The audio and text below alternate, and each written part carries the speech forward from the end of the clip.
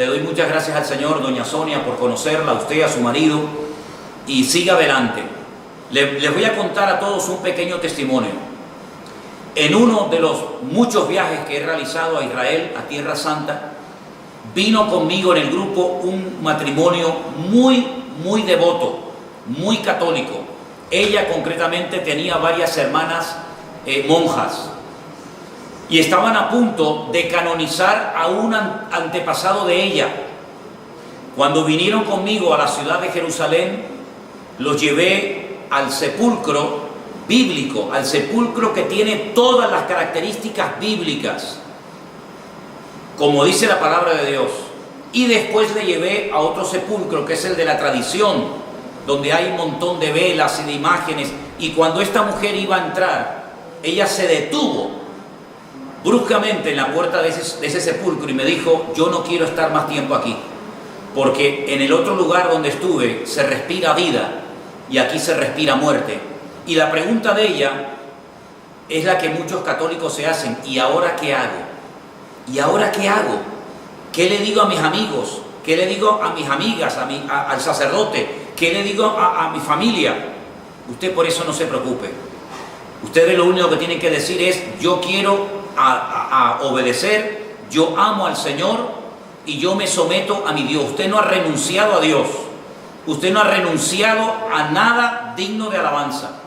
Por lo tanto, lo que le tiene que decir a todo el mundo es: Dios está cambiando mi vida, estoy leyendo su palabra, y lo que le puedo decir es que lean la Biblia como yo la he leído, y el Señor se encargará de hacer la obra correspondiente en cada persona. Es lo que le puedo decir, doña Sonia. Perfecto. Ok. Bueno, pues, perfecto, gracias. Como resumen, no tengan miedo al hombre, lean la palabra del Señor, no tengan ningún temor, y a cualquier persona que les pregunte, díganle simplemente que ustedes están leyendo la palabra de Dios y que el Señor es el que está haciendo la obra en vuestros corazones. Por lo tanto, no le tengan ningún temor al hombre, sigan leyendo la palabra, que el Señor tiene grandes sorpresas para todos y para cada uno de ustedes por el camino. Doña Sonia, un beso, que Dios le bendiga, saludos a su marido, a su esposo, que Dios le guarde, mucho ánimo y a seguir adelante y a leer mucho la palabra de Dios, que en ella usted va a encontrar la respuesta a todas las preguntas, y el Señor le va a indicar con su Espíritu Santo, que ahora vive dentro de usted, lo que tiene que hacer en todo momento. Que Dios le bendiga grandemente. ¿Me escucharon bien ahora? Ok, gloria a Dios, gloria a Dios. Bueno, yo quisiera también decirle a cualquier otra persona que esté conectado en esta noche, que si tiene alguna pregunta, que aprovechando este momento tan bonito que estamos teniendo, que con toda libertad la haga. Ahora, perfecto. Ok, buenas tardes, pastor. Que el Buenas Señor le tardes, bendiga. hermana. Y a todos los hermanos. De verdad que es bueno estar acá con ustedes. Para mí es una alegría inmensa. Y bueno, sí, tengo una pregunta rapidita para darle chance a todos los demás. Es que tengo una duda con respecto a la oración. En la Iglesia Católica normalmente se ora rezando el Padre Nuestro, como todos los católicos saben. Padre Nuestro que estás en el cielo. Aquí todo el mundo sabe, los católicos, lo que es el Padre Nuestro. Yo estuve leyendo en Lucas 11, que cuando los discípulos se reúnen con Jesús, igual le preguntan de qué manera ellos podían orar. Y él les dice que oren de esta manera: Padre Nuestro que estás en el cielo. O sea, se repite la misma oración que hacen en la Iglesia Católica. Mi duda es esta: nosotros que ya estamos teniendo una relación directa con Jesucristo, como usted bien lo dice, ¿podemos seguir haciendo esa misma oración o debemos orar como si tuviéramos una conversación con Dios directamente, sin tener que usar tanto palabrerío y tantas cosas que se decían en la otra iglesia, sino como que vaciar tu corazón y decir lo que tú sientes, lo que tú piensas, y Él le irá indicando a uno de qué manera uno va a ir orando, ¿no? Ok. Esa es mi pregunta. Hermana, escuché muy bien su pregunta y le voy a pasar a responderla, y que la respuesta sirva también para todos los que están conectados en esta tarde. Primeramente, hermana, decirle que la oración, la preciosa oración del Padre Nuestro, no es una oración de la Iglesia Católica. El patrimonio no lo tiene la Iglesia Católica, ni la Iglesia Evangélica, ni nadie. La oración preciosísima del Padre Nuestro está en la Biblia y la enseñó nada más y nada menos que nuestro Señor Jesucristo, ¿verdad? Permítame leerles al grupo las palabras previas y posteriores a la preciosa oración del Padre Nuestro. En el Evangelio según San Mateo, por si tienen la Biblia a mano y quieren seguir la lectura conmigo, en el capítulo 6, Mateo capítulo 6, verso 5, dice la palabra de Dios: y cuando ores, no seas como los hipócritas, porque ellos aman el orar en pie en las sinagogas y en las esquinas de las casas para ser vistos por los hombres. De cierto os digo que ya tienen su recompensa. Mas tú cuando ores, entra en tu aposento y cerrada la puerta, ora a tu Padre que está en secreto, y tu Padre que te ve en lo secreto te recompensará en público. Versículo 7. Y orando no uséis vanas, escuchen, no uséis vanas repeticiones como los gentiles que piensan que por su palabrería serán oídos. No os hagáis semejantes a ellos, porque vuestro Padre sabe de qué cosas tenéis necesidad antes que vosotros se la pidáis. Es decir, en el pueblo de Israel, hasta el día de hoy, hay libros muy gordos, libros enormes. El más famoso se llama el Sidur, donde hay oraciones absolutamente para todo. Para cuando usted come, cuando usted bebe, cuando usted sale, cuando usted entra, cuando se muere una persona, cuando nace un niño, para un matrimonio, para un bautismo, absolutamente para todo. Son oraciones que se hacen continuamente. Hay 3 oraciones que en el pueblo de Israel obligatoriamente todo devoto tiene que hacer cada día. La oración de la mañana, que se llama Shacharit, la oración de la tarde, aproximadamente como a las 3 de la tarde, que se llama la Minjá, y la oración de la noche, que se llama la oración de Arbit. Todos los días las mismas oraciones, las mismas lecturas, los mismos salmos, toda la vida. Esto ya existía en los tiempos del Señor Jesucristo. Oraciones repetitivas que se aprendían de memoria, que se enseñaban de generación en generación, el padre al hijo, el hijo al nieto, sucesivamente. ¿Qué es lo que hace el Señor Jesucristo? El Señor Jesucristo le enseña a los discípulos y a todos los cristianos una oración modelo, una oración base, que va a servir para que sobre esa oración sepamos qué cosas podemos pedir y cómo debemos pedirla. ¿Es malo repetir en alta voz el Padre Nuestro? En absoluto. En absoluto. El Padre Nuestro, repito, no es una oración de la Iglesia Católica ni una oración de la Iglesia Evangélica, es una oración bíblica. Ahora bien, hay muchas cosas que no incluye el Padre Nuestro, pero como el Padre Nuestro me enseña a pedir ciertas y determinadas cosas, yo puedo pedir por mi familia, puedo pedir por mi salud, puedo pedir por mi país, puedo pedir por un trabajo, puedo darle gracias al Señor por lo que tengo, por lo que he aprendido, por los hermanos en Cristo que estoy conociendo, etcétera, etcétera. Es decir, no está mal repetir el Padre Nuestro en alta voz, en absoluto, pero por favor, no lo hagan, permítame la expresión, como los loros, de una forma ya repetitiva, de memoria, que no sabemos lamentablemente lo que estamos diciendo. Si alguien quiere usar y hablar de vez en cuando con las palabras de la preciosa oración del Padre Nuestro, no hay ningún problema, pero no lo haga como un rezo repetitivo, monótono y aburrido, sino que usted puede orar ahora con total libertad a su Dios, a su Padre Celestial, que lo conoce, que lo ve, y por lo tanto no se limite, repito, no se limite única y exclusivamente a repetir el Padre Nuestro, porque usted puede orar hoy por hoy lo que quiera. Y miren, les voy a dar un consejo que me dieron a mí hace muchos años. Si usted quiere aprender a orar bien, bíblicamente, utilizando términos bíblicos, oraciones preciosas, lean los Salmos. El famoso y precioso libro de los Salmos, que hay 150, léalo. Cada día puede leer un salmo. Hay 150. Muchas son oraciones, pero usted va a aprender oraciones preciosas que también, como no, usted puede utilizar esos términos, esas frases y esas palabras.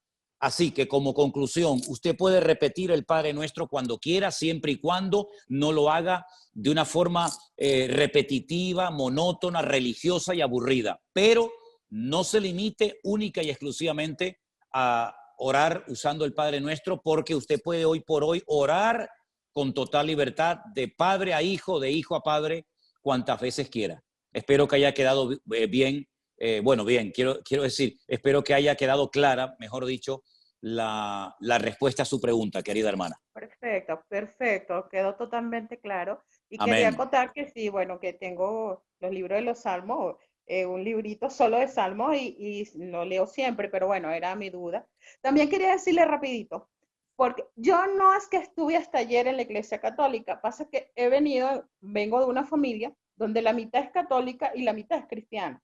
Y entonces me quedaban como que dudas y quise entrar para aclarar dudas, pues de verdad Muy bien. que chévere. Gracias y de verdad que feliz con la respuesta. Gracias. Bendición, hermano. Bendiciones. Vamos a darle lugar a otras personas.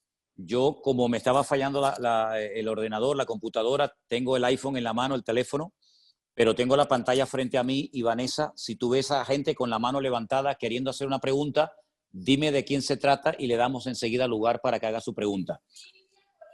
Silvia Colín. Ok, Silvia Colín, por favor, si es tan amable, abra su micrófono y haga la pregunta que usted quiera. Ok, bienvenidos todos y qué bueno que estamos en esto y que nos salimos a tiempo de una religión en la que cuando yo me di cuenta hasta lloré porque dije, Dios mío, he sido engañada toda mi vida. Pero bueno, mi pregunta, tengo muchas preguntas, pero voy a hacer una para que todos tengamos tiempo de hacer alguna. ¿Cómo guardar correctamente el día de reposo? ¿Qué es lo que no debemos hacer? Porque en eso sí tengo mucha duda. También, por ejemplo, pues yo soy enfermera, yo trabajé 28 años en la noche para el Seguro Social y pues obviamente que quienes hemos trabajado en ciertos días es muy difícil guardar el día de reposo. Quiero entender que a lo mejor hay que contar 7 días y guardar ahí un día de reposo, por ejemplo, ahora para los jóvenes, para mis hijas, que trabajan mucho más ahora desde que están conectados en línea, ha sido más difícil que puedan incluso dedicarle un momento a Dios porque terminan exhaustos. Esto del encierro creo que ha sido peor para mucha gente porque no le dedican el tiempo tampoco a los hijos o tienen que estar más al pendiente con las tareas. Pero ¿qué se puede hacer para la gente que no puede guardar exactamente el día de reposo? Vamos a ver. Cuando uno lee en Génesis, el primer libro de la Biblia, todo lo que el Señor le ordenó a Adán y a Eva que hicieran, curiosamente, una de las cosas que le pide es que el séptimo día lo santifiquen. La palabra santificar significa apartar o consagrar. ¿Me explico? Apartar o consagrar es lo mismo que santificar.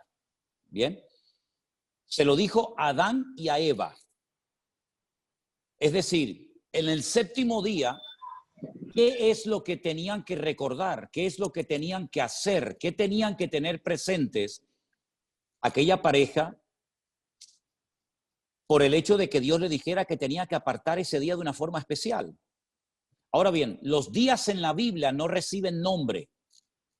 Se llama día primero, segundo día, se juntan los números, noten qué interesante, los números ordinales con los números cardinales. No se dice primer día, sino día primero, después segundo día, tercer día, así sucesivamente. El único día de la semana, repito, el único día de la semana que recibe un nombre es el séptimo, que se llama en nuestro idioma el sábado y en el idioma bíblico la palabra es Shabbat. Shabbat, de la cual procede con las mismas letras, pero cambiando la pronunciación vocálica, la palabra Shebet, que significa sentarse o reposar, cesar actividad, ¿verdad? Cesar cualquier actividad y consagrar o santificar ese día única y exclusivamente para el Señor. Bien, a lo largo de la historia, ningún pueblo guardó ese día de reposo porque se desviaron. Unos comenzaron a adorar a Moloc, a Baal, a Milcón. Solamente el pueblo de Israel, a lo largo de la historia y después de recibir la Torá o la ley en el monte Sinaí por medio de Moisés, recibió la orden y está dentro de los 10 mandamientos de santificar el día de reposo, el Shabbat. No cualquier día, sino el séptimo. ¿Por qué? Porque en el séptimo día Dios cesó su actividad creadora. Dios no hizo nada, no habló, no hizo nada, ya todo estaba terminado. Y entonces, para decirle a las naciones paganas, nosotros no hacemos nada, porque es el testimonio visible, objetivo, que Israel podía dar como botón de muestra de que ellos creían en una obra creadora por mano de un Dios creador. Entonces, cuando la gente decía, pero ustedes, ¿por qué no trabajan en sábado? ¿Por qué los animales descansan en sábado? ¿Por qué no hacen nada? Porque nosotros creemos que Dios creó todo en 6 días y el séptimo día reposó. Era un testimonio tremendo.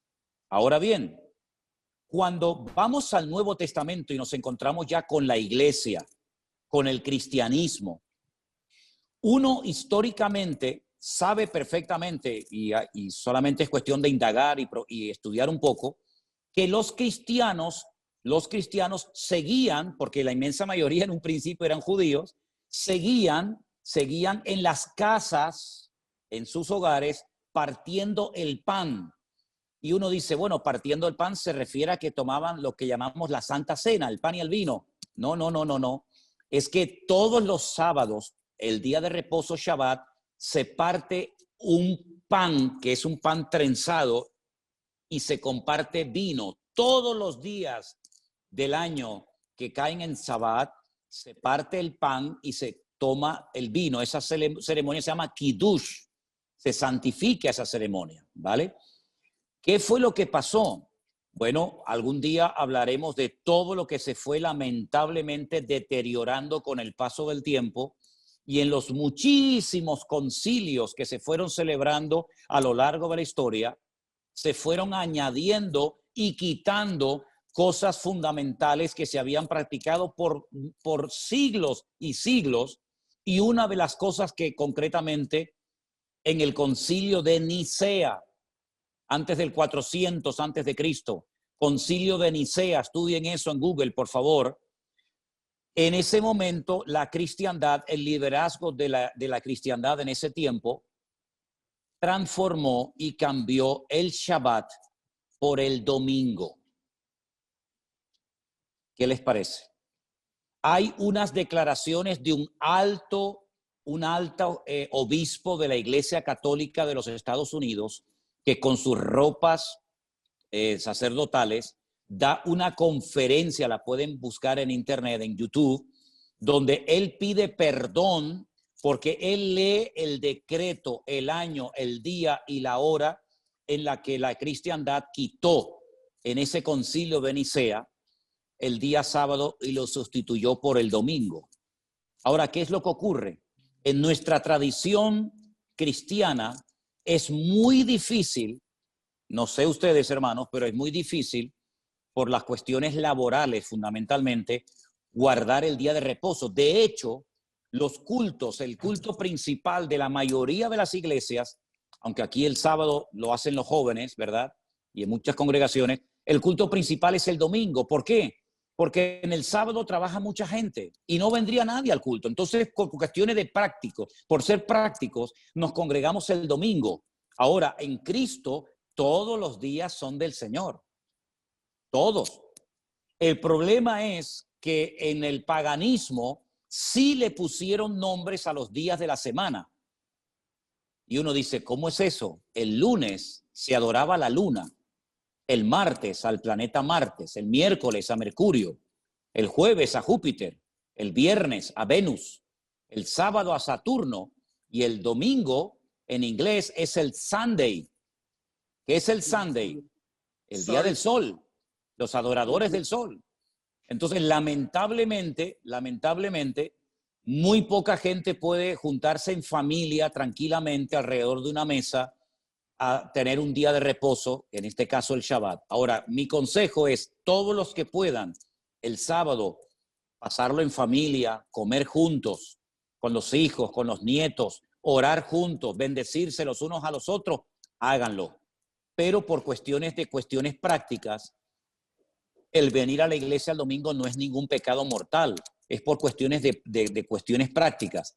Ahora bien, hay ciertos y determinados trabajos, como por ejemplo médicos, bomberos, policías, etcétera, que según las leyes que después establecieron los rabinos a lo largo de la historia, la vida humana está por encima del Shabbat. Es decir, usted si tiene que salvar una vida en Shabbat, lo hace, independientemente de que sea día de reposo.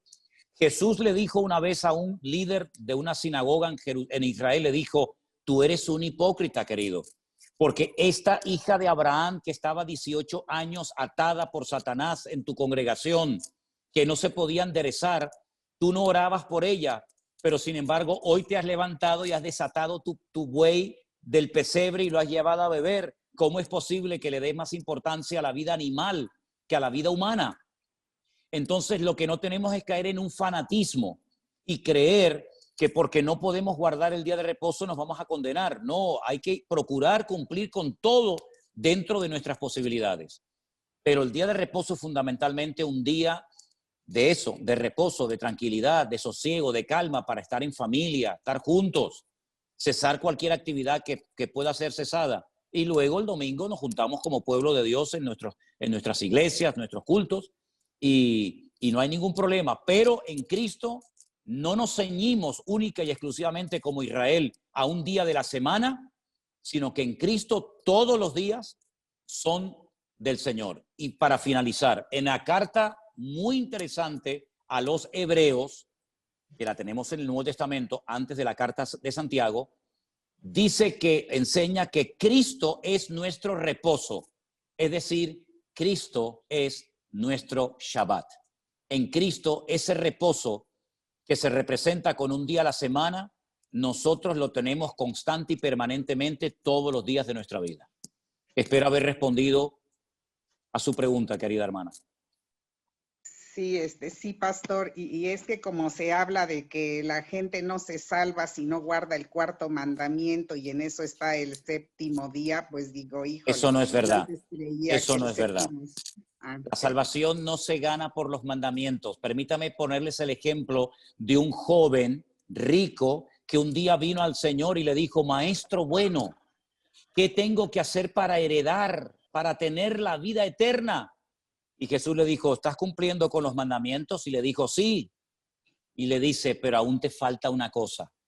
Es decir, cumplía con los mandamientos, pero le faltaba una cosa. Luego, por sentido común, simplemente por guardar los mandamientos no ganamos la salvación de nuestra alma. Porque si fuera por eso, ¿para qué vino Cristo a morir en una cruz? Si cumpliendo con los mandamientos, que tampoco son tan difíciles de cumplir, obtenemos la salvación de nuestra alma, entonces la obra de Cristo en la cruz no era necesaria, nada más lejos de la realidad. La salvación no se obtiene por lo que hacemos, sino por los méritos de Cristo. ¿Amén? Okay. Gracias. Tengo más preguntas, pero bueno, a ver que alguien más haga. Ok, gracias hermana, bendiciones. A su micrófono, Hola. por favor. Hola, buenas tardes, pastor. La verdad buenas tardes. Buenas tardes. Somos una bendecida. Le presento a Carla, mi hijita, que tiene 23 años. Hola, Somos Carla. de Argentina. Hola. ¿Cómo es? Somos una bendecida porque todos los días escuchamos el devocional y la verdad que somos una bendecida de tenerlo en nuestras vidas, porque gracias a usted hemos interpretado la palabra, hemos tenido mucho conocimiento y nos ha ayudado un montón, porque en la Iglesia Católica jamás leímos la palabra, jamás siempre que íbamos a misa nunca la interpretábamos tampoco, pero al tenerla a usted en nuestras vidas somos una bendecida por guiarnos, por ser nuestra guía. Le agradecemos a Dios. Que Dios lo bendiga inmensamente. ¿Me escucha, pastor? Bueno, la pregunta que yo le hice la vez pasada era el tema de la Biblia, porque nosotros tenemos la Biblia católica y ahora tenemos la Reina Valera. Lo que quería consultarle yo, que le consulté la vez pasada, era qué hacíamos con la Biblia católica. Pero usted nos había dicho que había una parte de la Biblia católica que era muy interesante leerla, pero no me acordaba, por eso quería tomar nota para guardar. ¿Cuál era la parte interesante para leer? No se escucha, no lo escucho, no lo escucho. Perdón, había quitado el micrófono. Ah. La Biblia católica es una muy buena versión. La Biblia católica generalmente es versión nácar colunga, que son los apellidos de la persona que tradujo la Biblia. Igual que la Reina Valera, son los apellidos de Cipriano de Valera y de Casidoro de Reina, ¿verdad? Ahora bien, no descarte la Biblia católica, léala todas las veces que quiera, sin ningún problema, sin ningún problema. ¿Qué es lo que ocurre? A veces nosotros en la iglesia, o cuando yo hago los devocionales por internet, claro, al yo leer la Reina Valera, yo le aconsejo a la gente que tengan la misma versión para que puedan seguir la lectura. Pero la versión Reina Valera es buena, no hay ningún problema. Ahora bien, ¿cuál es la diferencia? Aunque permítame que le corrija una cosita, hermana. No hay Biblia católica y Biblia evangélica. La Biblia es Biblia. No es ni de los católicos ni de los evangélicos. Hay una sola Biblia. ¿Ok? Ahora, ¿qué ocurre? Mire, en el Concilio de Trento, antes mencioné el de Nicea, ahora les voy a mencionar otro. Siglo XVI, Concilio de Trento, tomen nota. La Iglesia Católica hizo muchos cambios, quitó, puso muchas cosas, y una de las cosas tremendas que ocurrieron en el famoso Concilio de Trento fue que la Iglesia Católica decidió añadirle 7 libros más al canon de la Biblia. Es decir, lo que ya estaba establecido por siglos y siglos y siglos. Fíjese, le estoy hablando del siglo XVI. Luego habían pasado ya muchos siglos después de Cristo, ¿verdad? Le añadió 7 libros de historia judía. Algunos de esos libros se llaman Baruch, Sabiduría, Tobías, Primera y Segunda de Macabeos, ¿verdad? En total 7 libros. 7 libros de historia. Usted dice que es de Argentina, ¿verdad? Sí, de Argentina, pastor, sí. Imagínense que en la Biblia añadieran historia de la República Argentina. Y que la agregue. Es una historia interesante, pero que no tiene nada que ver con lo que el Señor ya había puesto en su palabra. Entonces yo recomendé en un momento la lectura de los libros de Primera y Segunda de Macabeos. Y voy a dar una pequeña explicación para explicarles el por qué lo recomendé. En el Antiguo Testamento, la Biblia está dividida en 2 partes. Antiguo Testamento, es decir, antes de Cristo. Nuevo Testamento, después de Cristo. Bien. En el Antiguo Testamento, a través del profeta Daniel, el Señor profetizó que en el futuro vendrían 4 imperios que harían cosas tremendas contra el pueblo de Israel. Esos 4 imperios eran el imperio babilónico, el imperio de los medos persas, el imperio griego y el imperio romano. Si ustedes leen el Antiguo Testamento van a encontrar muchas cosas del imperio babilónico y también muchas cosas interesantes del imperio medo-persa, pero no va a encontrar ninguna información del imperio griego. Cuando empiezan ustedes a leer el Nuevo Testamento se encuentran, por ejemplo, a los romanos, a los centuriones, se encuentran a Poncio Pilato, etcétera, en el Nuevo Testamento. Y uno dice, ¿y qué pasó con los griegos? No están en la Biblia. ¿Por qué? Porque entre el último libro del Antiguo Testamento y el primero del Nuevo Testamento hay 400 años de silencio. No se cuenta nada.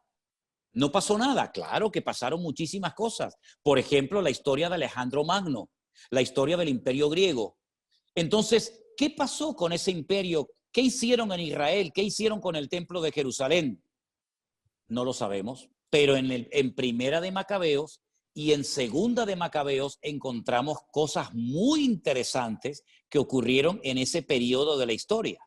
Por ejemplo, la profanación del lugar santísimo, con un tal Antíoco Epifanes que profanó el lugar santísimo y que puso unos ídolos tremendos. En fin, es una historia muy interesante y esos libros están en la iglesia, en la Biblia, digamos, de la Iglesia Católica, la versión Nácar Colunga.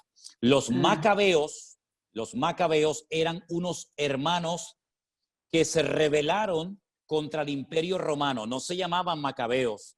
Creo que uno se llamaba Simón, otro se llamaba Judá. Todos murieron como mártires. Ellos pelearon, se rebelaron contra el Imperio griego y volvieron a consagrar el templo, que era un santuario pagano griego y que era un gimnasio para hacer gimnasia los griegos, lo volvieron a consagrar al servicio al Señor, ¿sí? Entonces a ellos los llamaban los macabeos, que viene de la palabra macab. La palabra macab en hebreo significa martillo. Un macab es un martillo, son los que golpeaban, los que amartillaban, los que golpeaban a los enemigos, y de ahí viene la palabra macabeos, ¿verdad? Entonces es una historia muy interesante que sería muy bueno que ustedes la leyeran. El libro de Judith es una chica que hace algo por la historia del pueblo de Israel. Esa es la gran diferencia que hay entre una Biblia y otra. Por lo demás, la versión Nácar Colunga católica y la versión Reina Valera son muy buenas versiones en castellano para poder entender el mensaje divino, el mensaje de Dios. ¿Sí? Sí. Muchas gracias, pastor, le entendí. Por nada, Muchísimas por gracias favor. Y que Dios lo bendiga. Gracias por igualmente. siempre, por sus devocionales. Amén. Gracias, un placer. Gracias. ¿Más preguntas tenemos, Vanessa? Sí, buenas tardes a todos y que Dios me los Buenas bendiga. tardes, igualmente. Muchísimas gracias, pastor, de verdad, por toda esta oportunidad que nos está dando a todos nosotros. En lo particular, pues siempre he venido de una iglesia, de una formación católica, toda mi familia, de verdad. Aquí nadie me ha dicho, pues, nadie me ha invitado, es el mismo Señor quien ha puesto todo en mi vida, porque precisamente tuve esa curiosidad de estar empezando a leer la Biblia y obviamente pues a partir de que empecé a leer, que no sabía ni por dónde empezar, yo empecé desde el principio, desde el Génesis. Entonces empezaron a surgirme muchas dudas, precisamente eso de la idolatría, de los ayunos, de todo esto, ¿no? Pero a mí, por ejemplo, en lo que me respecta es en lo que veo en la cuestión de los diezmos y de los ayunos. Porque si bien es cierto, por ejemplo, acá en la Iglesia Católica muchas veces decían, no, que los diezmos, pues no necesariamente estos, no es necesariamente dar el 10% de lo que tú ganas a esto, sino ayudar a otra gente, ¿no? Entonces, eso me causa como conflicto también porque, bueno, yo pienso que según lo que estoy leyendo, pues es para beneficio del Señor, ¿no? Para edificar. Que esa es otra de las dudas que tengo yo aquí, por ejemplo, ahorita que estamos en la iglesia virtual, ¿cómo hacemos nosotros para aportar, para poder ayudar y contribuir a que esta comunidad crezca? Porque es para beneficio de Dios, precisamente.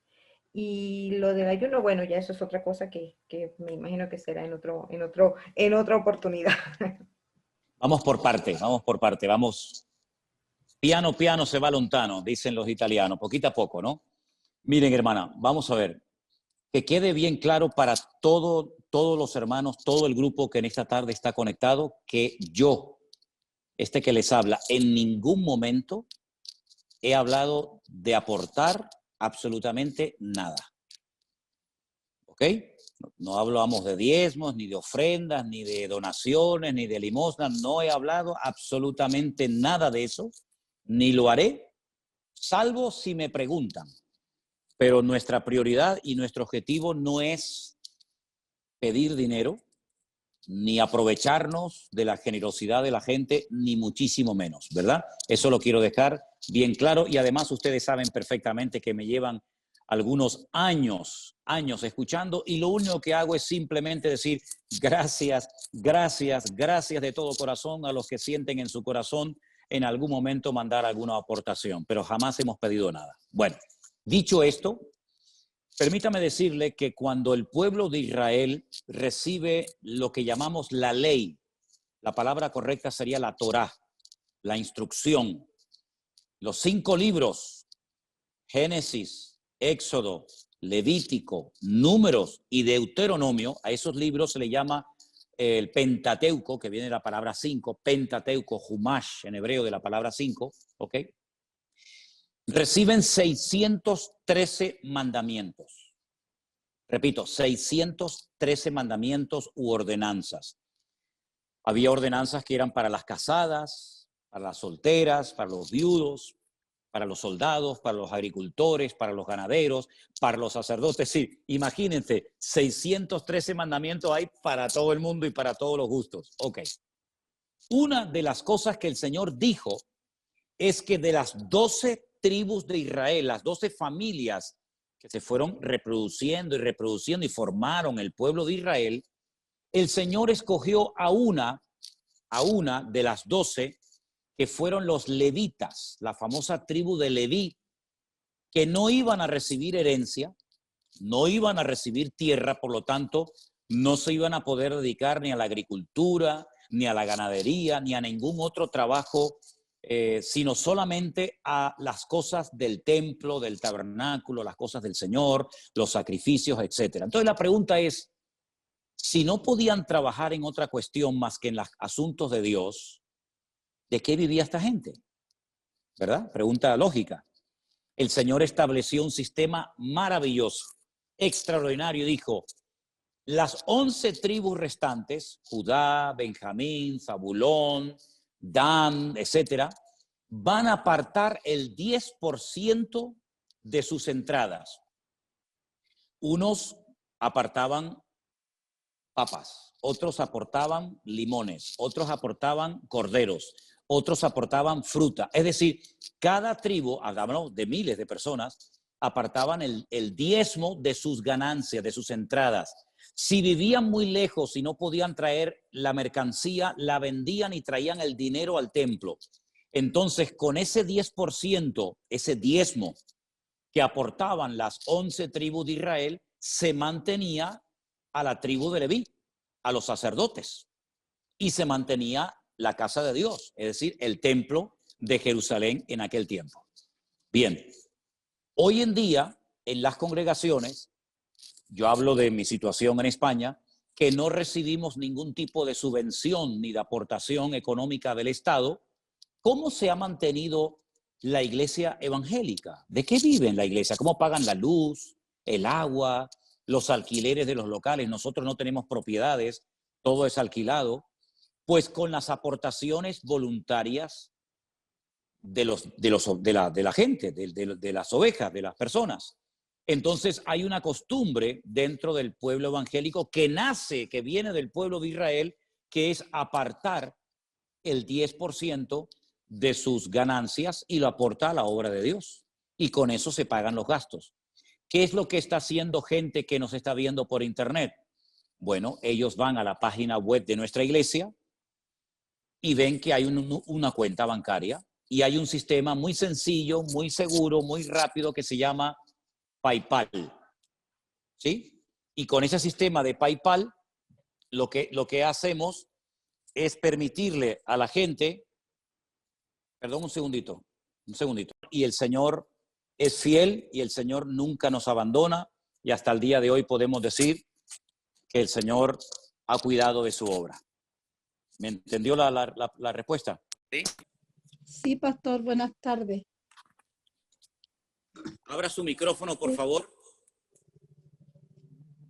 María Luz. Ok, ya puede hablar. Sí, la escucho. La escucho. Buenas tardes, pastor. ¿Me escucha? Le escucho perfectamente, hermana. Adelante. Ya. Buenas tardes, muchas bendiciones para todos.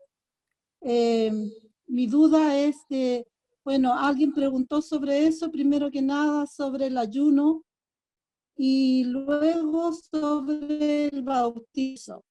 Ya, alguien por ahí hermano cristiano de otra parte sí me decía de que yo me tenía que bautizar luego ya. Entonces yo le dije que una vez la había escuchado a usted, que usted decía que, como dijo delante, piano, piano.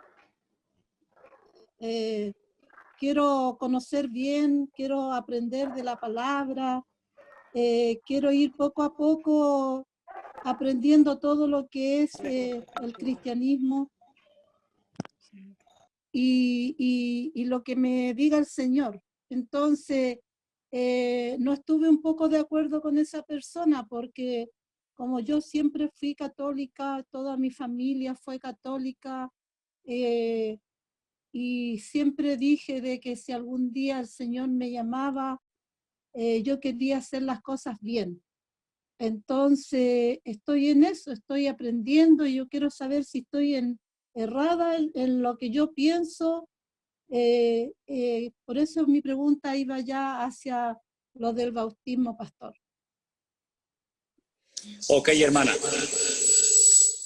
Escuché su pregunta perfectamente y se la voy a responder. ¿Usted me está escuchando bien a mí? Sí. Ok, mire, hermano, vamos a ver. Cuando uno va a la palabra del Señor, que es a donde siempre tenemos que ir a ver qué es lo que el Señor manda, a ver qué es lo que el Señor ordena, uno se encuentra que hay gente en el Nuevo Testamento que se bautizaba.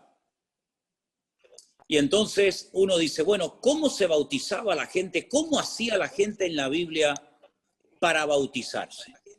Vamos a ver cómo lo hizo el Señor Jesucristo. Uno se encuentra al Señor Jesucristo, que no es un niño, sino ya es una persona adulta, que va caminando por su propio pie a un lugar donde hay un tal Juan el Bautista que está bautizando a la gente en el río Jordán. Entonces uno dice, es curioso que el Señor Jesucristo, que es nuestro ejemplo en todo, ¿verdad? El Señor Jesucristo es nuestro ejemplo en todo. Sus padres, José y María, no lo bautizaron cuando era un niño pequeño, sino que él a la edad de 30 años se bautiza, lo bautizó Juan el Bautista, y después, como saben ustedes, se va al desierto y está ayunando un montón de días hasta que él comienza su ministerio. Bueno, después cuando el Señor Jesucristo 3 años después termina con su precioso ministerio, reúne a sus discípulos y les dice, id por todo el mundo y predicad el evangelio. El que creyere, escuche bien el orden, el que creyere y fuere bautizado, es decir, que él lo que quería es que la gente que se fueran a bautizar supieran lo que están haciendo. No fuera algo por tradición, algo impuesto por la sociedad, como la familia que obliga y que presiona para que al niño lo bauticen, sino que vemos que todos y cada uno de los ejemplos que encontramos en la Biblia de personas que se bautizaron, ninguno era ningún niño. No eran niños de una semana, de un mes, de 15 días, no, eran gente grande, era gente adulta, que primeramente creían y luego se bautizaban. No es que se bautizaban primero y luego creían, no, ese no es el orden. El orden lo pone el Señor en su palabra. Dios en su palabra dice, primeramente hay que creer, arrepentirse de los pecados, pedir perdón al Señor y luego, como señal de ese arrepentimiento, de ese cambio, viene el bautismo. Entonces, seguramente, hermana, a usted, como a mí y como a la mayoría de nosotros, a nosotros nos bautizaron cuando éramos chiquitos, cuando éramos niños pequeñitos. Yo no sabía lo que me estaban haciendo, no me acuerdo de eso, pero cuando ya fui grande y leí la Biblia y me di cuenta que mi Señor Jesucristo se bautizó de grande y que Él ordenó a la gente bautizarse de adulta, entonces yo dije, yo ahora me quiero bautizar, porque ahora lo entiendo, porque ahora lo quiero hacer, no porque papá, mamá, el abuelo, la sociedad o la familia lo dice, sino porque yo lo siento hacer y quiero poner en práctica ese mandamiento de la palabra del Señor. Entonces, claro que tenemos que bautizarnos de grande, hermana, pero no tenga prisa, no se preocupe. Yo estoy orando al Señor y pido ahora a ustedes que lo hagan también conmigo para que, si Dios lo permite, claro, el mundo está tan raro y todo está tan cambiado que ya uno no puede hacer planes ni de aquí a mañana, ¿verdad? Pero si Dios lo permite, para el año que viene, estamos orando para que el Señor nos permita ir a los lugares donde ustedes están ahora viviendo, a Chile, a Colombia, Argentina, a tantos lugares donde hay tantos hermanos esperando para poder ser bautizados y también para poder conocernos personalmente. ¿Por qué no? Entonces les pido que oren, porque si el Señor lo permite, imagínense los hermanos de Argentina, de Chile, de Colombia, de otros países que se quieren bautizar. Qué lindo sería si nos pudiéramos juntar y hacer un día, un culto, una reunión en un río, en un lago, en algo, en un sitio donde poder bautizarles a todos ustedes. Así que no tengan prisa. Yo sé que muchos lo han leído, lo quieren poner en práctica porque no han leído de la palabra del Señor, pero no tengan prisa. Ya lo haremos cuando el Señor lo permita y lo crea conveniente. Amén, hermana. Así que le animo a que siga adelante con el Señor, lea la palabra, preste atención a lo que dice el Señor y no tanto a lo que dice la gente, y no se preocupe que cuando llegue el momento usted podrá poner en práctica ese mandamiento de la palabra del Señor. Espero haber respondido a su pregunta en esta noche, perdón. Bueno, aquí es de noche, para ustedes es de día. Hola, pastor, qué gusto más grande poder saludarlo. ¿Me escucha bien? Sí, le escucho. Ya, qué bueno, qué gusto poder saludarlo. Yo soy de Chile y bueno, católica hasta hace poco tiempo y tratando de poder seguir lo más posible algo que no conozco muy bien. Entonces, mi pregunta es la siguiente, pastor. La verdad es que uno tiene que llevar una vida a diaria y usted sabe que en los católicos, ya que usted fue católico también alguna vez, todo sirve, todo vale. En los católicos uno iba a misa el día domingo y se sentía que había quedado purificado para el resto de la semana. Entonces, mi pregunta es la siguiente. Yo he visto que no hay por ejemplo, para nosotros, sabe que los católicos la Eucaristía, como decía la otra señora, es súper importante. Y yo he visto que en la iglesia que usted preside, eso es una vez al mes. Y nosotros para poder comulgar teníamos que habernos confesado, ¿cierto? Y esto tampoco lo veo en las iglesias cristianas. Entonces mi pregunta es, no importa que uno no se haya confesado, o cómo lo hacen para ustedes determinar cuándo es la Santa Cena que ustedes le llaman y para poder estar bien con el Señor, porque para nosotros sabe lo importante que es la Eucaristía. Le escuché perfectamente, hermana. Le escuché perfectamente y es una pregunta muy, muy interesante y me alegro mucho que la haya hecho porque estoy seguro de que le va a ayudar a más de uno de los que están conectados en esta noche. Vamos a ir por partes, ¿sí? El Señor Jesucristo, la noche que fue entregado, la noche que lo crucificaron, ¿verdad? ¿Qué fue lo que repartió a sus discípulos? Repartió pan y repartió vino, ¿no es cierto?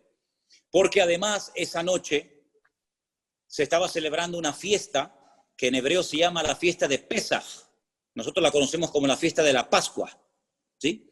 Y es una noche muy, muy importante porque recordaban la liberación de la esclavitud en Egipto. Habían estado 400 años sus antepasados en Egipto como esclavos, la mayoría del tiempo, y lograron salir milagrosamente a través de Moisés, que los llevó hasta el monte Sinaí, y bueno, todos conocemos la historia, ¿verdad? Entonces, todos los años se sigue celebrando en Israel la fiesta de la Pascua, donde comen hierbas amargas, donde comen el cordero, donde comen pan sin levadura, donde toman el vino, ¿cierto? Ahora, en el Nuevo Testamento, el Señor Jesucristo dijo, haced esto en memoria de mí, y todas las veces que lo hagáis, la muerte del Señor anunciáis hasta que Él venga. Es cierto que cuando uno era católico, y sé perfectamente lo que usted dice, porque yo era casi de misa diaria, porque en aquellos tiempos teníamos que ir a misa casi todos los días en el colegio, y previamente teníamos que pasar por el confesionario. Y yo casi ya no sabía ni lo que decirle al cura, porque como me confesaba todos los días, pues ya le conté todo. Entonces lo que hacía, que me pegaban así sopapos, ya me pedía perdón por los pecados que iba a cometer, porque como iba a seguir pecando, pedía perdón por lo que había hecho y por lo que iba a hacer. Una cosa tremenda, ¿no? Entonces, nosotros nos confesamos a Dios, porque es el único que puede perdonar todos y cada uno de nuestros pecados. ¿Por qué lo hacemos en nuestra iglesia? No en todas es igual. Conozco iglesias que lo hacen todos los domingos, todas las semanas. En nuestra congregación lo hacemos una vez al mes y repartimos pan y vino para todos. No solamente me tomo yo vino y a la congregación le damos pan, sino que todos somos iguales delante de Dios y todos tomamos pan y todos tomamos vino. Dice la Biblia que cuando se va a participar de la Santa Cena o del pan o del vino, de la comunión, llámelo como quiera, uno tiene que examinarse, uno tiene que probarse a sí mismo. Es decir, uno tiene que estar bien delante del Señor. Entonces siempre aconsejamos que antes de participar del pan y del vino, ya que no hay confesionario, ya que no tiene que venir la gente a mí a confesarse y pedirle perdón y yo absorberle y ordenarles una penitencia, lo que hacemos es, antes de participar del pan y del vino, oramos. Y yo digo, hermanos, si hay algo que tienen que arreglar entre ustedes, si hay algún pecado de lo cual tienen que arrepentirse, por favor, pónganse bien delante de Dios para que puedan participar dignamente, como dice la palabra. Entonces, curiosamente, les anuncio a todos ustedes, este domingo por la tarde, a las 6:30 de la tarde, hora aquí en Canarias, vamos a participar del pan y del vino. Entonces, yo anuncio esto por si alguno de ustedes que ya ha entendido el Evangelio, que va en serio con el Señor, quiere unirse virtualmente en ese momento con nosotros. Lo van a hacer miles de personas en muchas partes del mundo, pero si ustedes nunca lo han hecho y les gustaría participar del pan y del vino, pues tenga preparado el pan y el vino o el zumo de uva para ese día, y cuando llegue el momento, usted que va a ver el culto por YouTube en directo, cuando yo diga participemos ahora juntos del pan, usted lo puede hacer. Cuando participemos juntos de la copa, usted lo puede hacer. Y algún día, si Dios lo permite, lo haremos juntos en persona. Así es que nosotros, ya digo, nos confesamos al Señor, procuramos estar bien delante del Señor para participar dignamente del Señor. Así que de aquí al próximo domingo, todo lo que tengan que arreglar, si tienen que pedir perdón, si tienen que perdonar, si tienen que alinearse con el Señor, procuren hacerlo todo decentemente y con orden, para que el próximo domingo, si Dios quiere y lo permite, podamos participar juntos del pan y del vino y disfrutar de un tiempo muy bonito en comunión. A pesar de la distancia, podemos hacerlo virtualmente por internet. ¿Les parece? Espero haber respondido a su pregunta, querida hermana. Sí, fue muy maravilloso, pastor, muy amable, muy claro, y quedé bastante tranquila porque era una de las dudas que yo tenía precisamente, porque usted sabe lo que significaba para los católicos, pero ya ahora que yo ya no sé dónde tengo el pie, espero que en la iglesia, que verdad, porque es difícil, es muy difícil guardé la Virgen, yo era marianista de rezar el rosario todos los días, y hay cosas que han sido difíciles, pero estoy muy contenta porque a través de la Biblia que la aprendí a leer con usted, pastor, me he ido dando cuenta y he ido encontrando las respuestas ahí. Entonces no siento que estoy haciendo algo mal, porque me sentía como engañando a la Virgen, me sentía como mal, me sentía con un peso súper grande. Claro. Entonces, ahora ha sido muy reveladora su palabra, usted es muy claro, me encanta cuando se enoja y nos reta, me gusta muchísimo eso.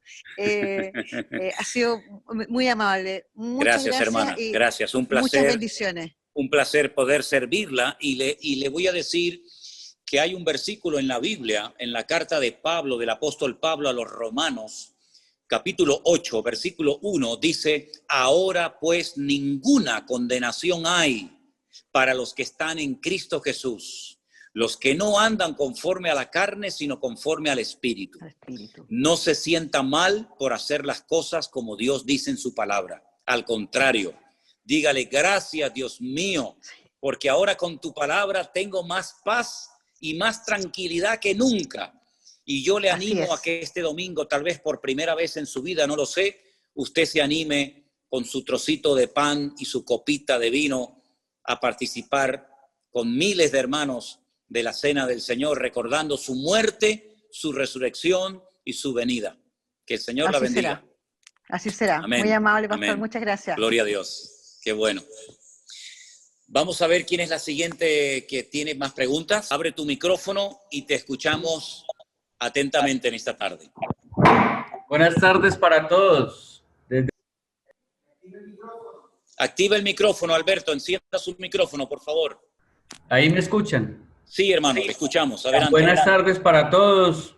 Especialmente para usted, pastor, un saludo cordial. Mi nombre es Alberto Sánchez, de acá desde Colombia, en el departamento del Valle, en un municipio pequeño que se llama La Victoria Valle. Bueno, como se ha venido hablando con respecto a lo de católicos, a ver, yo he sido católico toda la vida. En tiempos de pandemia, por recomendaciones, un día me colocaron a ver el pastor online y me quedó gustando y desde ahí empecé a verlo a usted y me he enamorado bastante de su forma de predicar, de su forma de enseñar, de su forma de hablar, sobre todo porque en usted no se ve fanatismo, sino como esa enseñanza, la enseñanza que de pronto uno quiere, como esa verdad, toda esa verdad que está escrita en la palabra y que realmente en la Iglesia Católica nos la han ocultado toda la vida, porque la Iglesia Católica somos ciegos a todo lo que va uno aprendiendo cuando empieza uno a leer la palabra. Me genera muchas dudas con respecto al cambio que estoy obteniendo en estos momentos. De hecho, ya he ido como en 2 ocasiones a una iglesia cristiana por ir a mirar a ver, porque de todas formas esto es un cambio que uno empieza como a tener. Mi familia es una familia muy grande, de 76 personas aproximadamente, todos son católicos, entonces yo me confundo y digo, yo me preocupo y empiezo a decir, ¿cómo voy a convencer yo a mi familia de que me crean esto? De hecho, mi mamá tiene 93 años y me pregunta, hijo, ¿ya fue a misa? Y yo, sí señora, pero, o sea, yo le digo que ya fui a misa, pero fue en el culto, o estuve viendo la prédica suya ayer, y le dije yo, mamá, ya fui a misa. Entonces, como todas las confusiones. De hecho, uno también está acostumbrado a persinarse, a santiguarse. Entonces, todo eso me genera a mí cambios que me tienen como así, pero, o sea, decidido a aprender mucho de usted, pastor, porque, o sea, usted es una persona que atrae. Uno se puede quedar toda la noche viendo prédicas suyas de hace 2, 3 años y uno no se cansa. Le aseguro que uno no se cansa. De hecho, anoche me vi como 3 seguidas y uno no se cansa de verlo a usted. Entonces, estoy muy contento de haberlo conocido, aunque sea por redes sociales. Y qué rico que esté pensando en venir el otro año a los diferentes países. Aquí en Colombia lo esperaremos, porque hasta que usted no venga a Colombia, yo creo que no me bautizaría. Bueno, vamos a ver, Alberto. Mira, hermano, la mejor forma de predicar, ¿me oyes bien? Sí, señor. La mejor forma de predicar es con el ejemplo. Entonces, si usted da un buen ejemplo a su familia, yo le aseguro casi al 100% de que va a ser su familia la que le va a preguntar a usted qué le está pasando, qué le hicieron a usted. Porque es imposible que un cristiano de verdad, nacido de nuevo, comprometido con el Señor, que se toma en serio su vida cristiana, pase desapercibido. Usted no se preocupe por convencer ni a su familia ni a nadie, porque ese no es nuestro trabajo. Eso lo hace el Señor. Y Él lo sabe hacer mejor que usted y que yo. Así que usted limítese única y exclusivamente a hacer lo que el Señor dice.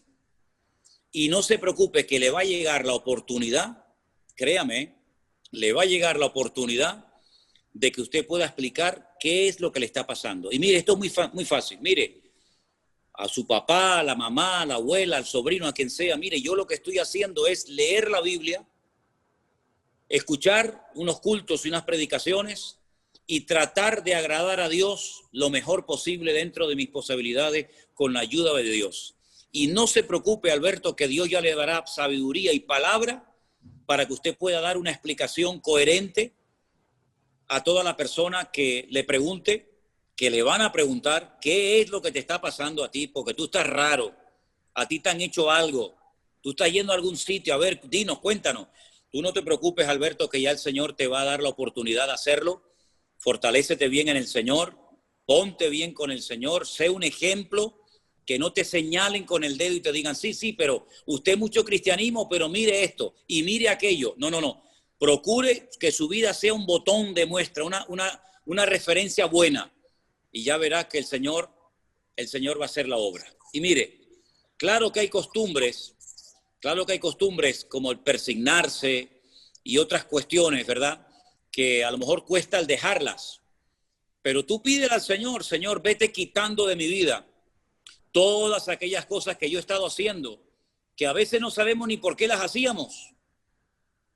Cuando en España pasaba un coche fúnebre, yo no sé si en Colombia o en los países de ustedes se hacía, pero en España, cuando pasaba un coche fúnebre, la gente se persignaba, ¿verdad? Y uno dice, ¿por qué? Bueno, son supersticiones. O cuando el futbolista va a entrar a la cancha a jugar, se persigna. O cuando la gente se va a tirar al agua, a la piscina o al mar, se persigna. Son costumbres, son cosas que la gente hace por tradición, pero que usted no las ve en la Biblia por ninguna parte, porque eso lo hace uno como una especie de protección. Que no me pase nada, que no me ahogue, que no me peguen una patada y me hagan daño. Pero ¿sabe qué?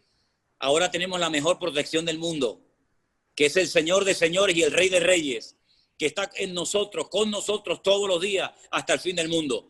Así que usted no tenga miedo de pasar por debajo de una escalera, de ver un gato negro, de subirse a un avión, a un ascensor. No tenga miedo de nada, porque el Señor le va a proteger y le va a cuidar, porque usted ahora es su hijo y el Señor le va a cuidar de todo peligro y de todo mal. Así que no tenga prisa, pero sobre todo el testimonio, hermano, el ejemplo. Eso es una imagen. Usted no oyó el refrán que dice que una imagen vale más que 1000 palabras. Sí, señor. Pues así es. Usted dé un ejemplo y ya verá cómo su familia, uno detrás de otro, le van a preguntar y usted le va a poder dar testimonio de lo que el Señor ha hecho en su vida. Dios te bendiga, Alberto. Bendiciones. Bendiciones para usted también, pastor. Muchas gracias. Un abrazo grande, mi hermano. Tenemos más preguntas, ¿verdad? Mira que el tiempo vuela. El tiempo, no sé cuánto tiempo llevamos, pero me imagino que hay gente con preguntas, ¿sí o no? Dele, por favor. Dios me lo bendiga, pastor. Aquí lo escucharemos. ¿Me escucha? Perfectamente. Bendiciones para usted, para la hermana Elena, que por ahí miré su mano, para el hermano Anderson también los miré, a todos detrás de cámaras, agradecida con el Señor porque lo tenemos aquí enseñándonos. Es un maestro muy duro, pero muy justo. Entonces, Mi pregunta es, pastor, ¿qué clase de pan tenemos que compartir con usted el día de, qué clase de vino, el día de que hagamos compartir Mire, el pan y el vino?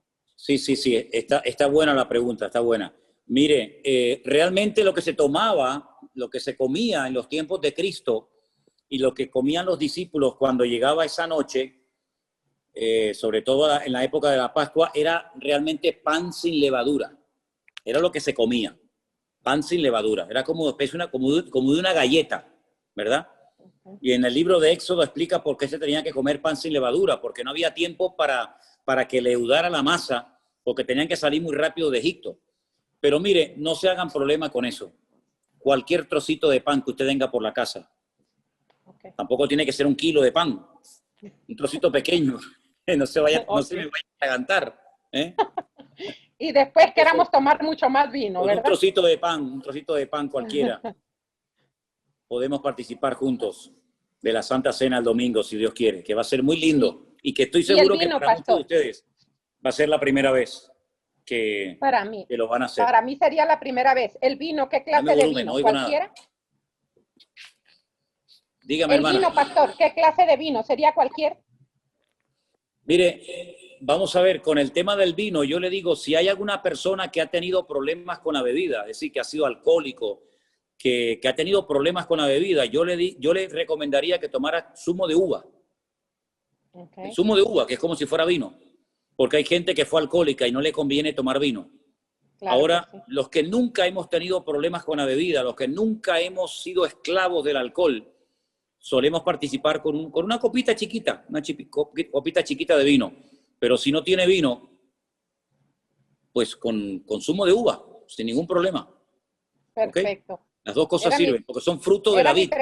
Y de la vid sale el vino y de la vid sale el zumo de uva. Así que una de las dos sirve sin ningún problema.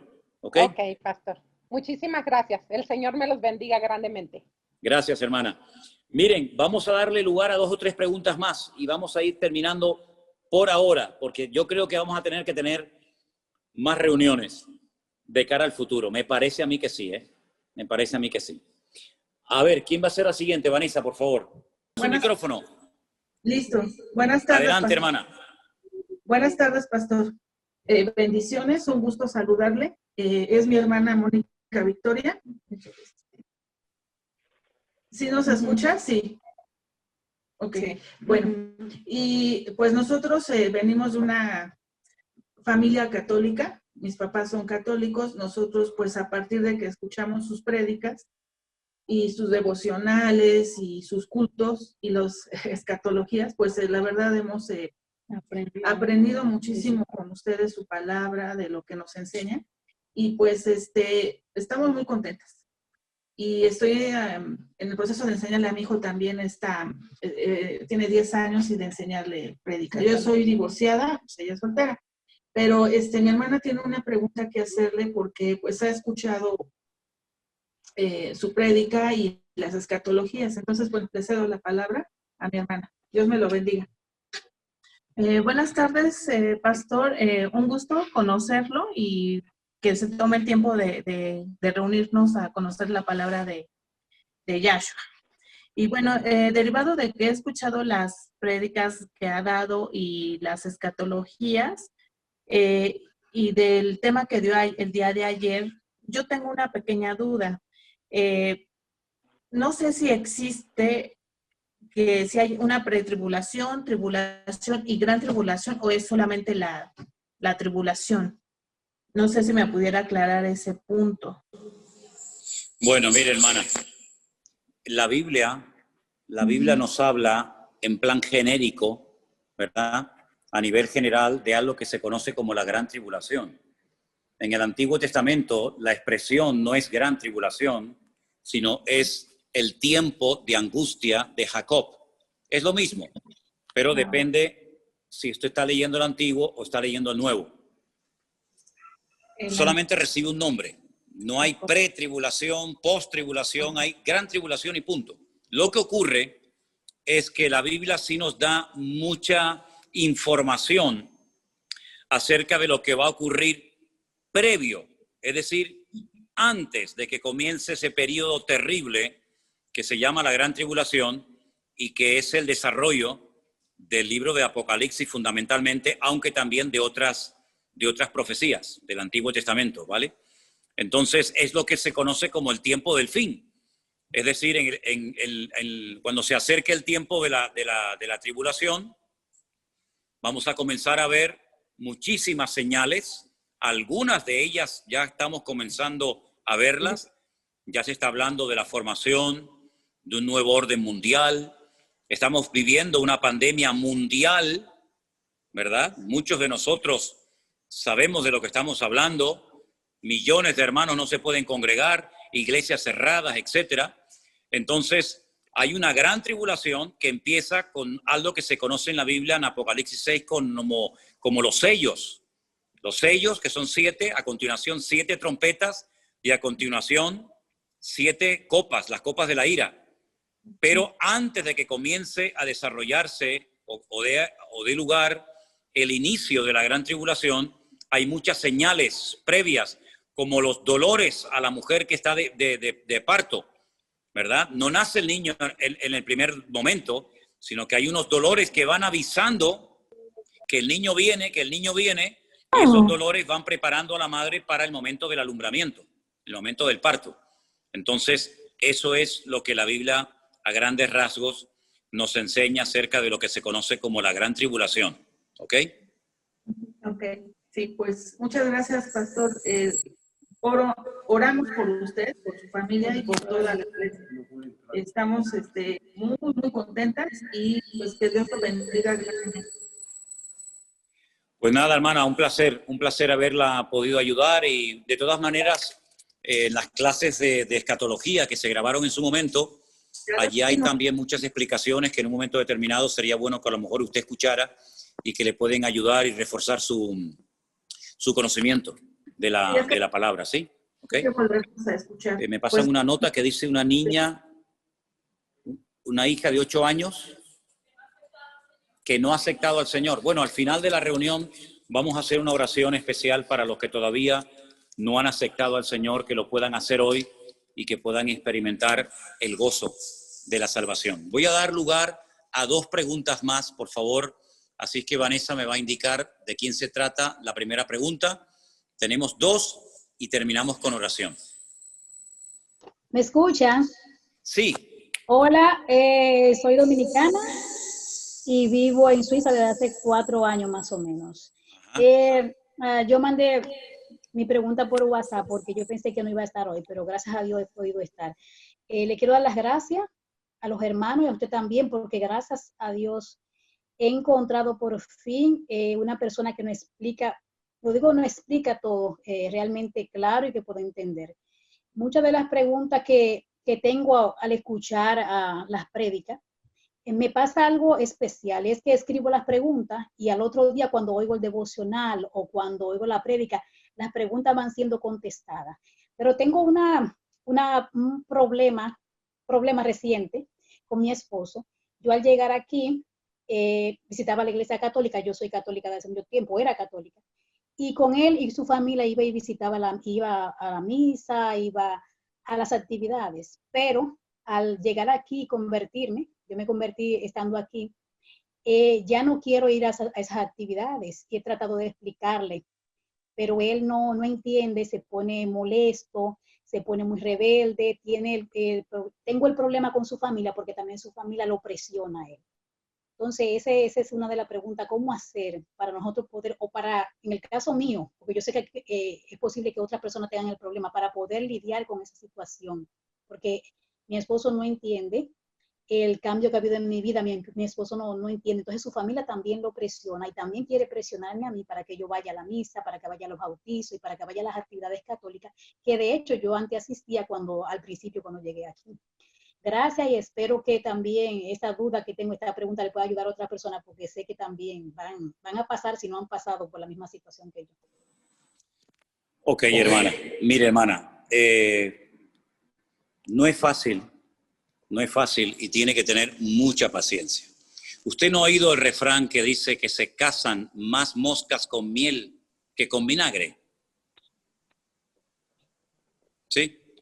Pues mire, hermana, tiene que pedirle mucha sabiduría al Señor, tener mucha paciencia con su marido, porque es lógico que si él no ha tenido la experiencia de aceptar al Señor como usted se ve que él ha tenido, él no va a entender de la noche a la mañana por qué usted no quiere ir a misa, por qué usted no quiere acompañarlo a diferentes lugares, pero tiene que tener sabiduría, tiene que pedirle al Señor mucha sabiduría y paciencia para que usted pueda ir ganándolo con amor. Y el Señor le va a dar palabras y el Señor le va a dar la sabiduría necesaria para que usted sepa cómo llevarlo a los caminos del Señor. Lo mismo que le dije antes a Alberto, se lo digo ahora a usted. El ejemplo, el testimonio, es lo que va a hacer que el corazón de su marido se ablande y que comience a interesarse por las cosas del Señor. Pero no es un trabajo de la noche a la mañana, sino que tiene que pedirle a Dios mucha sabiduría. Hay momentos que es mejor callar que ganar una discusión. Hay momentos que es mejor hablar y no callar. Es decir, es un día a día y que el Señor le ayude a la luz de la palabra y orando al Señor por él. Ore mucho por él, ore mucho por él. Señor, toca su corazón, que él entienda el Evangelio. Si usted un día, no sé cómo lo ve, pero si usted un día le dice, mira, ¿tú quieres que hagamos una oración juntos? ¿Quieres que demos gracias a Dios por la comida? ¿Quieres que demos gracias a Dios por nuestro matrimonio? Y él acepta. Es decir, vaya poquito a poco sembrando, con mucha paciencia, con mucha sabiduría, y ya va a ver como poco a poco el Señor va a ir tocando su corazón, pero sobre todo con el ejemplo. No intente convencerlo, ni intente obligarlo, porque los hombres así no van. Al contrario, se lo va a poner en su contra. Y a usted no le conviene, y a usted no le interesa tener una guerra en casa. Así que tenga mucha paciencia, ore mucho por él, y que el Señor toque su corazón. Y si algún día pueden orar juntos, aproveche. Y si no, inténtelo en otra ocasión. Pero sobre todo, paciencia. Y no corra, no lo presione, porque lo que va a hacer es producir la reacción contraria. ¿De acuerdo, hermana? Ok, Que Dios la gracias, bendiga. pastor. Bendiciones. Gracias. Venga, y la última pregunta de esta reunión de hoy. ¿Quién la va a hacer, por favor? Hola, ¿me escucha? Sí. Bendiciones, pastor. ¿Cómo le va? Muy bien, muy bien. Adelante. Bueno, yo estoy en la iglesia virtual con ustedes. Así que acá se lo presento a Oscar, católico, y quiere preguntar él. ¿Me entendió? Que yo estoy en la iglesia virtual con ustedes y él es el católico. Bien, pues que haga la pregunta. Bueno, preséntate. Buenas tardes, Pastor. pastor. Buenas tardes. Mucho gusto. Yo soy Oscar, que soy católico. Más atrás. Ahí habla. Yo quería hacerle la pregunta, recién lo escuchaba cuando le explicaba a usted, a la anterior señora, que tenga paciencia con su marido, que porque ella no quiere ir a misa y todo eso. Creo que cuando estamos en el catolicismo o en el evangelismo, hablamos del mismo Señor, ¿o no? Sí. Hola. Lo que pasa es que yo tengo el micrófono cerrado para que no se acople aquí el sonido. Claro que tenemos al mismo Señor, claro, por supuesto. Solamente hay uno, no hay dos señores, hay uno solo. Exactamente. Entonces, ¿por qué esas diferencias? Bueno, con todo mi respeto, perdón, dígame su nombre otra vez, disculpe que se me olvidó. Oscar, pastor. Oscar, ok, gracias. Oscar, la diferencia entre los católicos y los evangélicos no está en el Señor, en absoluto. Ahí no radica la diferencia entre un católico y un evangélico. Sí, ya lo sé.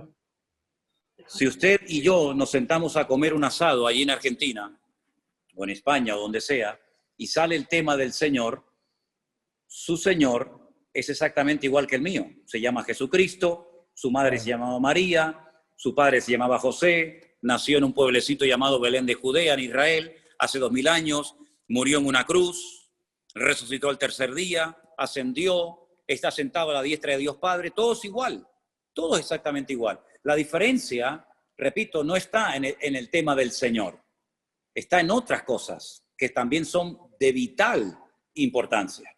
Por ejemplo, un buen católico, un católico como tiene que ser, pues tiene que estar sometido a una autoridad que, por ejemplo, como usted sabe bien, y ahora además es de origen argentino, como es el Papa. Ahí ya hay una diferencia bastante grande. Otra diferencia bastante grande, por ejemplo, es a la hora de confesar nuestros pecados. Yo no voy nunca a ningún hombre a contarle mis pecados, ni mi vida, ni nada. Yo voy directamente a Dios. Un buen católico tiene que ir primeramente a un confesionario y después de pedir perdón por sus pecados, según la doctrina católica, el cura lo absuelve de sus pecados, le manda una penitencia, la hace y, en principio, es lo que tiene que hacer para el perdón de sus pecados. Otra gran diferencia. Correcto, pastor, yo estoy de acuerdo con lo que Evangélicos dice usted. creemos que hay un cielo y un infierno. Un buen católico, antiguamente, digo antiguamente y ahora le voy a decir por qué, creía que había 4 lugares a los que se podía ir una persona al morir: el cielo, el infierno, el purgatorio y el limbo. Pero Ratzinger, el Papa Ratzinger, el que dimitió, ¿se acuerda? Él quitó la doctrina del limbo y ahora solamente hay 3 dentro de la doctrina católica: cielo, infierno y purgatorio. Es una diferencia muy grande. Es decir, la diferencia no radica en el Señor.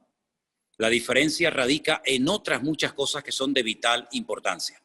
Por lo tanto, nos une el Señor, pero lamentablemente nos separan otras muchísimas cosas que son de vital importancia. Y otra cosa, y le dejo paso para que si usted quiere aportar o decir algo más, es lo siguiente. En el mundo de la Iglesia Católica, cuando usted entra a cualquier iglesia de España, de Argentina, de Colombia o de cualquier país del mundo, generalmente, no siempre, pero generalmente usted va a ver una cruz donde está crucificado el Señor Jesucristo en una imagen. Usted jamás va a encontrar en ninguna iglesia evangélica del mundo una cruz donde el Señor Jesucristo esté crucificado. ¿Por qué? Porque nosotros no solamente creemos en la crucifixión, un hecho trascendental y de vital importancia, sino que además creemos en la resurrección del Señor Jesucristo, y Él está dentro de nuestros corazones. Cuando yo era católico, yo tenía a Cristo colgado aquí en el cuello, en una pequeña cruz, en una pequeña cadenita. Hoy en día, como usted puede comprobar, yo no llevo absolutamente nada, pero lo llevo, no colgado ahora afuera, sino lo llevo dentro de mi corazón. Entonces, repito, en cuanto al Señor, hablamos de la misma persona, pero luego hay muchísimas cosas, como usted sabe perfectamente bien, que nos separan y que son las cosas que a la luz de la Biblia, a la luz de la palabra de Dios, son las cosas que chocan cuando uno lee la Biblia. Dice, pero ¿por qué tengo yo que creer? ¿Por qué tengo yo que practicar en cosas que mi Biblia, la palabra de mi Dios, la palabra de mi Señor, no me enseña? ¿Quién entonces las enseñó? ¿Quién las incluyó?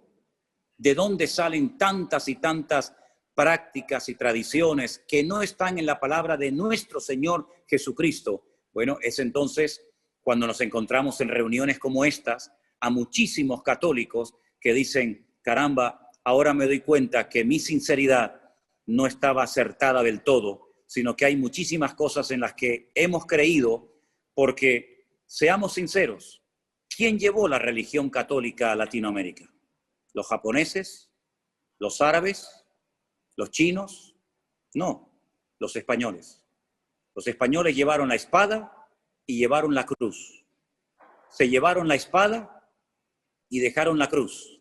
Y Latinoamérica es católica porque fueron los españoles allí, pero si hubieran ido los musulmanes, probablemente todo el cono sur de Latinoamérica, todo Centroamérica, nunca hubiera sido católica o cristiana, hubieran sido musulmanes o los budistas o los hinduistas.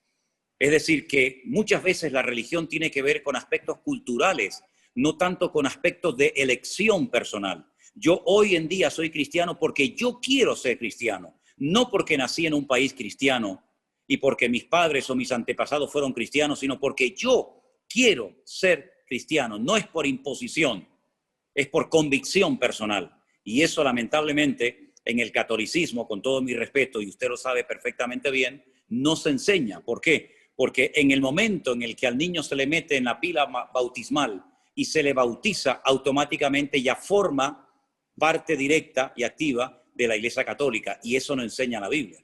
La Biblia nos enseña que si no nacemos de nuevo, no podemos entrar en el reino de los cielos. ¿Se da cuenta? Hablamos del mismo Señor, pero a la hora de la doctrina, del músculo, lo que adorna, digamos, todo el cristianismo, evidentemente hay muchísimas diferencias. Adelante, si usted quiere hablar algo más o preguntarme. Sí, cómo no. Pero eso no cambia. ¿Me escucha, pastor? Sí, señor, le escucho perfectamente. Eso no cambia mi fe hacia Dios. Yo sigo teniendo la fe misma interiormente y a mi forma de pensar. ¿Está muy mal eso? ¿Me podría repetir la pregunta, por favor, que no la escuché bien? Que lo que usted me cuenta que es real no cambia mi fe hacia el Señor. Yo tengo la fe hacia mi Señor pensando de mi manera, equivocado o no, pero creo en mi Dios, en mi Señor, y trato de cumplir de todas maneras. Posiblemente sin ir, soy un católico y tampoco soy asiduo a las misas. Bueno, lo que pasa es que usted es un católico que rompe la norma. Es decir, usted ha empleado una frase que aquí en España de hace 15 o 20 años se escucha muchísimo, muchísimo, que antiguamente nadie hablaba así. ¿Y cuál es? Bueno, yo soy católico a mi manera. ¿Pero y eso qué significa? Ser católico a mi manera. Yo pienso que usted de católico tiene muy poco. Usted tiene más de cristiano evangélico que de católico. Lo que pasa es que tiene el peso de la religión que heredó, pero realmente usted de católico tiene muy poco, porque si usted no va a misa, si usted adora solamente a Dios, usted no es idólatra, usted cree en la Biblia, en la palabra de Dios, usted no es el típico católico. Usted se parece más al resto del grupo que tenemos hoy aquí, en este grupo, que realmente a un católico, porque un católico 100% no podría hablar ni vivir su catolicismo, su cristianismo, como el que usted vive, que se parece mucho al que yo vivo. Sí, yo lo que posiblemente y seguramente lo que usted me contestó, pero supongamos que yo me paso al evangelismo, pero voy a actuar de la misma manera. No sé si me sé explicar. Yo lo siento de esa manera, no siento la necesidad de leer la Biblia o de escuchar. Sí, soy atento a muchas cosas, pero no siento esa necesidad. Y por eso no me siento menos, ni dejo de adorar al Señor y pienso en Él. Usted no tiene que pasarse al evangelismo. Usted no tiene que pasarse al evangelismo para nada. De hecho, esta reunión y los devocionales que yo hago y los programas que llevo haciendo hace tiempo del Pastor Online y todo esto, el objetivo no es sacar a la gente de la Iglesia Católica y meterlos en el evangelismo. Ese no es el objetivo. Usted no tiene que hacerse evangelista. Usted lo que tiene es que vivir más intensamente su cristianismo. Porque Cristo no era evangélico, pero tampoco era católico. Jesucristo, si tenemos que decir que era judío. Y los judíos no son ni católicos ni evangélicos. Es decir, si usted no siente la necesidad de leer la Biblia, permítame que le diga algo, es porque a lo mejor todavía al autor de la Biblia no lo conoce como debería de conocerlo. Porque usted cuando conoce al autor de la Biblia, cuando usted tiene un encuentro, una experiencia personal con el Señor Jesucristo, usted lo primero que anhela y desea es leer la palabra de su Dios y de su Señor. Es como cuando yo estaba en el ejército y le mandaba cartas a la que hoy en día es mi mujer, o ella me mandaba cartas a mí.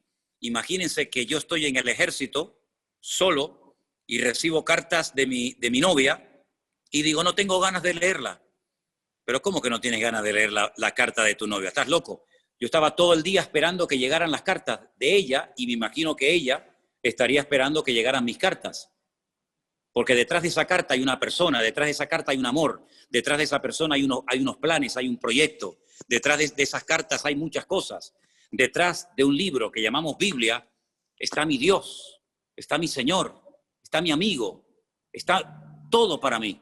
Entonces, cuando yo le conozco y le amo y le quiero honrar, yo devoro la Biblia, porque es mi Dios, es mi Señor el que me está hablando. Imagínense decir, no, yo no tenía ganas de leer nunca las cartas de mi novia.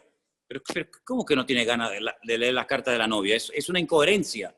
Entonces, a veces hay cosas que evidencian que lo que hace falta es potenciar ese encuentro, esa experiencia personal con Cristo. Y yo le aseguro que cuando usted tenga ese encuentro y esa experiencia personal con Cristo, nadie le va a tener que decir que lea la Biblia. Nadie se la va a decir. Usted la va a agarrar solo. Nadie le va a tener que decir que rece o que ore. Usted va a tener un deseo tremendo de estar siempre con su Dios. Pero es una experiencia personal que estoy plenamente convencido de que en cualquier momento la puede tener usted. Pero le felicito por su sinceridad, por su amor a Dios, y me alegro muchísimo de que haya estado con nosotros en este grupo en esta tarde. Ha sido un gusto conocerlo. Le mando un gran abrazo. Dios le bendiga grandemente. Y igualmente para voy a usted, dar lugar ya a la pastor. última persona que me decían que era, perdón. No sé, pasa que mucho. Irma Díaz, me dicen que es la última persona que vamos a darle lugar en esta tarde. Y disculpen que nos hayamos alargado un poquito, pero si hay preguntas tenía que dedicarle tiempo. Irma está por ahí, por favor. Y disculpen a los que no le hemos dado lugar. Vamos a tener otras reuniones, si les parece, ¿sí? A ver, ¿dónde está Irma? Que no la veo. ¿Está por ahí? Abra su micrófono, Irma, para que la escuchemos bien, por favor. No se oye. Lo tiene abierto, así que hable, Irma. ¿Está bien? Sí, está bien. Ahora, hable fuerte, que la oímos bien. Sí, buenos días, pastor.